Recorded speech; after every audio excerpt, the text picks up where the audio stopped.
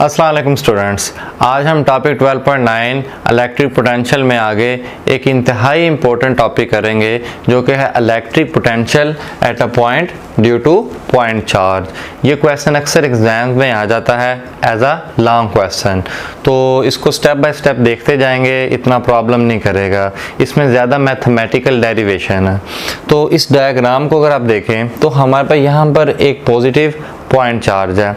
हमने इस positive point charge की वजह से जो पैदा हो रही है इलेक्ट्रिक फील्ड, उसमें एक पॉइंट पर इलेक्ट्रिक पोटेंशियल फाइंड आउट करना है। तो electric potential at a point due to point charge, और इस चार्ज की जो फील्ड है वो रेडियली आउटवर्ड है। ठीक है, तो इसके अंदर जो हम मेन थीम इस्तेमाल करेंगे किसी भी पॉइंट पर electric field potential find out करने के लिए, तो उसके लिए हम पीछे जो टॉपिक ऑलरेडी कर चुके हैं उसको एक दफ़ा देखते हैं। जब हमने दो प्लेट्स के दरमियान electric potential difference find out किया था और फिर हमने सिंगल पॉइंट के ऊपर इलेक्ट्रिक पोटेंशियल फाइंड आउट किया, तो यहाँ पर हमने क्या किया था कि हमारे पास दो पॉइंट्स है, एक पॉइंट ए और एक पॉइंट बी। हमने चार्ज को वर्क की मदद से पॉइंट ए से पॉइंट बी की तरफ मूव करवाया था, और हमारे पास जो इलेक्ट्रिक फील्ड थी इन दो पॉइंट्स के दरमियान या दो प्लेट्स के दरमियान वो बिल्कुल कांस्टेंट थी।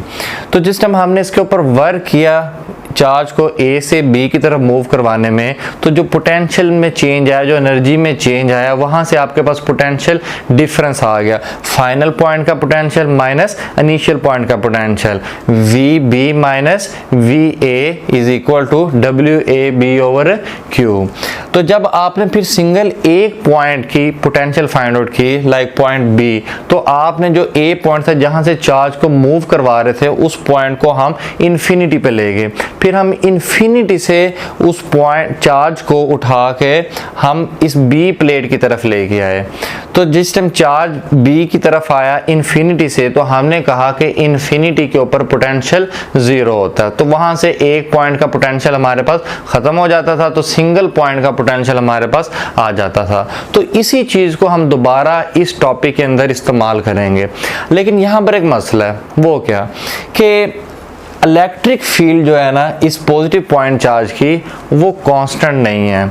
यहाँ पर जो प्लेट्स थी इनके दरमियान इलेक्ट्रिक फील्ड कांस्टेंट थी, लेकिन जैसे जैसे हम इस चार्ज से दूर जाते हैं तो हमारे पास जो इलेक्ट्रिक फील्ड है वो कम होती जाती है, जो उसकी इंटेंसिटी है उसमें कमी आती जाती है। आपने पढ़ा formula electric field due to charge, वो डिस्टेंस पे डिपेंड कर रही होती है और वो इनवर्सली प्रोपोर्शनल होती है। तो उसका सबसे पहले हमने हल निकालना। उसका हल किस तरह से निकालेंगे?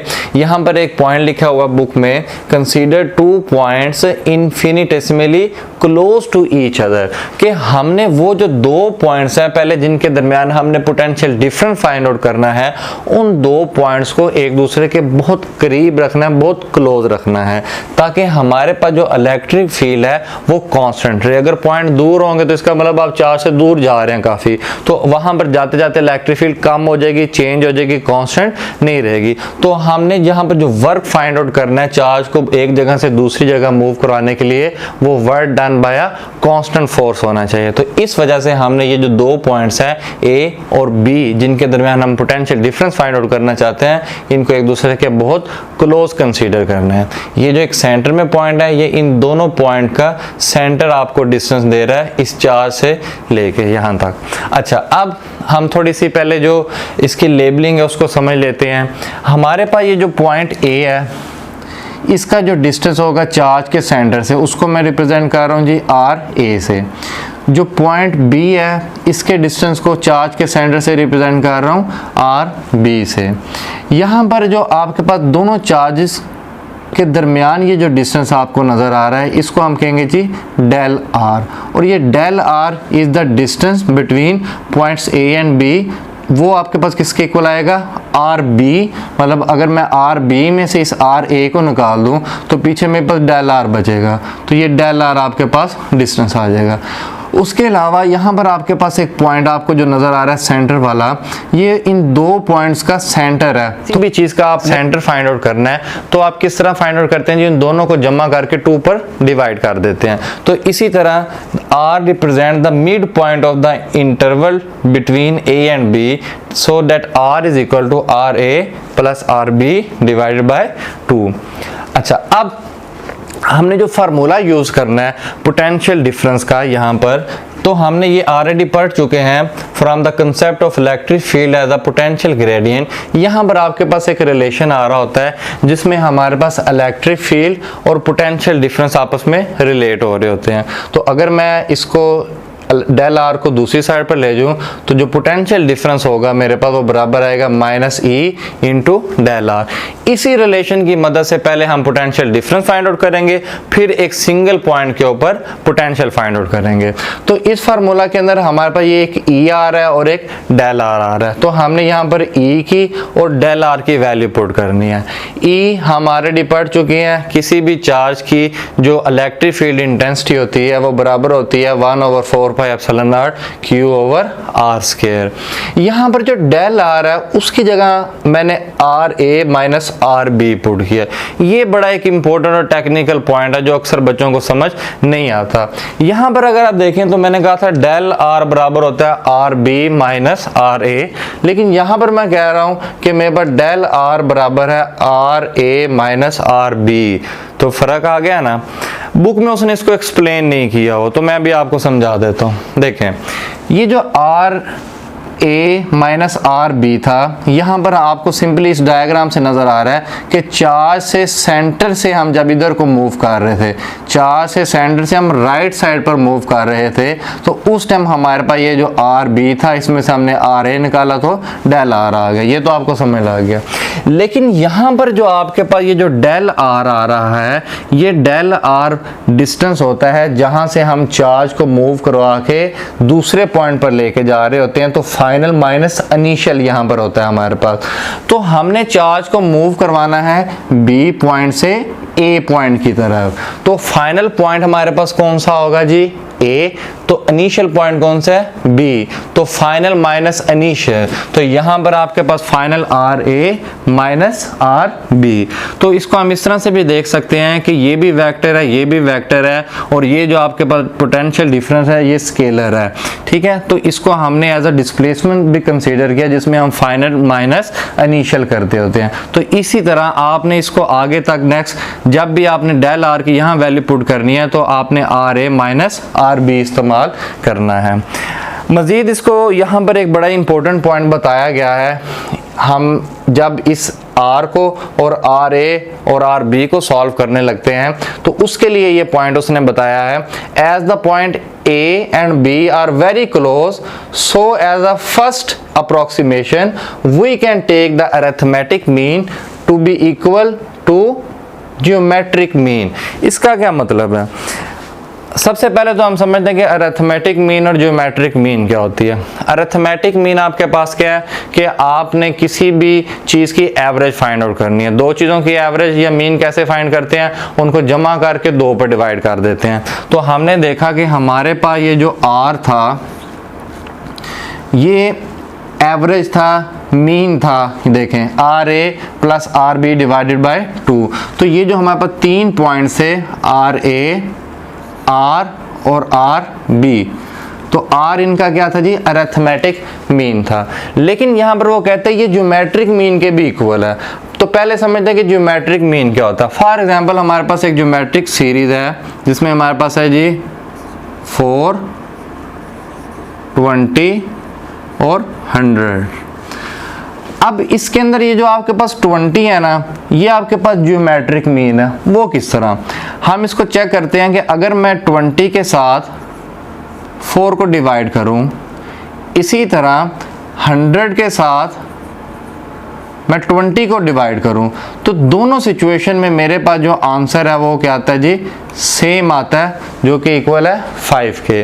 तो इस वजह से जो हमारे पास 20 है, ये 20 हमारे पास ज्योमेट्रिक मीन है जो कि इन दोनों के सेंटर में आ रहा है। इसी तरह आर ए और आर बी के सेंटर में हमारे पास यहाँ पर ये आर आ रहा है। तो जिस तरह यहाँ पर ज्योमेट्रिक मीन को पहले ऊपर रखा और फिर नीचे, तो इसी तरह आर ए के हमने ऊपर आर को रखा और आर बी के नीचे हमने इस आर को रखा। ये ज्योमेट्रिक मीन का फार्मूला भी है। तो यहाँ से क्रॉस मल्टीप्लिकेशन करें तो R square is equal to R A into R B. तो हमारे पास ये जो फर्स्ट इक्वेशन थी इसको हम दोबारा इस्तेमाल करते हैं। इसमें हमने क्या किया जी, ई की वैल्यू पुट कर दी 1/4πε0 की ओवर, और यहाँ पर जो r था आर स्क्वायर, इस आर स्क्वायर की जगह हमारे पास क्या आएगा आर ए आर बी, और यहाँ पर R A minus R B उसी तरह आ गया।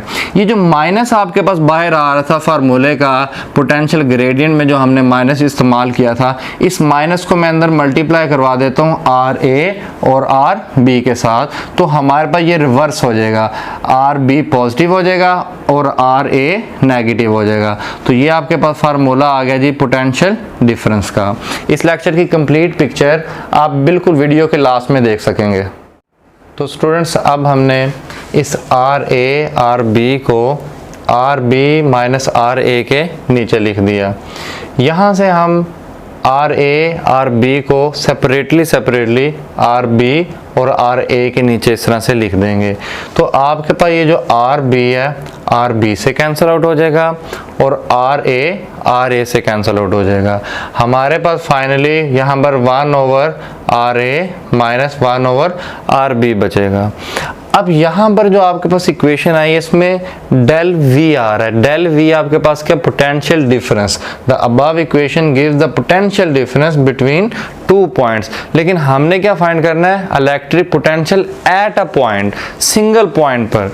तो उसके लिए हम क्या करेंगे जी, to calculate the potential at a point A the point B is assumed to be at infinity. वही काम जो हमने पहले ऑलरेडी किया था कि हमने जिस पॉइंट से चार्ज को मूव करवाना है उसको हम इंफिनिटी पे कंसीडर करेंगे अगर हम एक पॉइंट पर पोटेंशियल फाइंड आउट करना चाहते हैं। यहाँ पर वो जो एक पॉइंट है वो A पॉइंट है, तो इस वजह से हम जो B पॉइंट है उसको हम कंसीडर करेंगे कि उसका फासला इनफाइनाइट है और इंफिनिटी डिस्टेंस पर हमारे पास जो पोटेंशियल VB होगा वो 0 होगा। तो इसी तरह इस इक्वेशन के अंदर हम जब डेल V की जगह VA माइनस VB करेंगे, final potential minus initial potential, तो इसके अंदर हमारे पास जो VB होगा उसकी जगह हम 0 पुट कर देंगे और जो RB है उसकी जगह हम इन्फिनिट पुट कर देंगे। तो 1/∞ हमारे पास 0 के इक्वल हो जाएगा और यहाँ पर VB की जगह हमने 0 पुट कर दिया।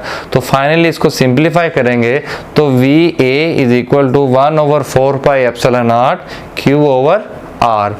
यहाँ पर आपके पास अगर हम सबस्क्रिप्ट जो AS को ख़त्म कर दें तो ये इक्वेशन होगी electric potential at a point due to point charge की। V is equal to 1/4πε0 Q/R।